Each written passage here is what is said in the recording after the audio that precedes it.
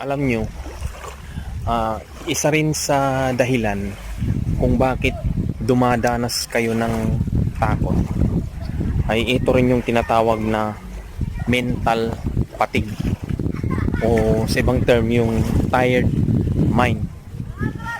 Kasi kaya tinawag na mental fatigue dahil nga yung isip mo ay wala nang katapusan sa pag-iisip ng malalim at saka wala nang tigil sa pag-aalala.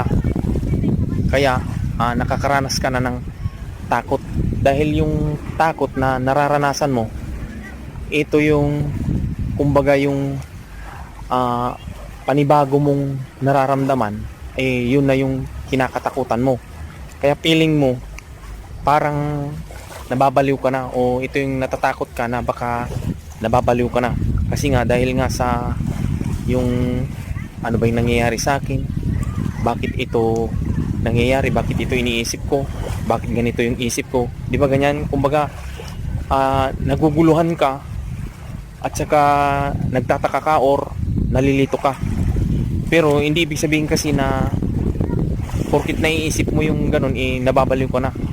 Yan lang ang tawag nga dyan, yung mental fatigue. Yun nga, yung hindi ka na tumigil at saka wala nang katapusan.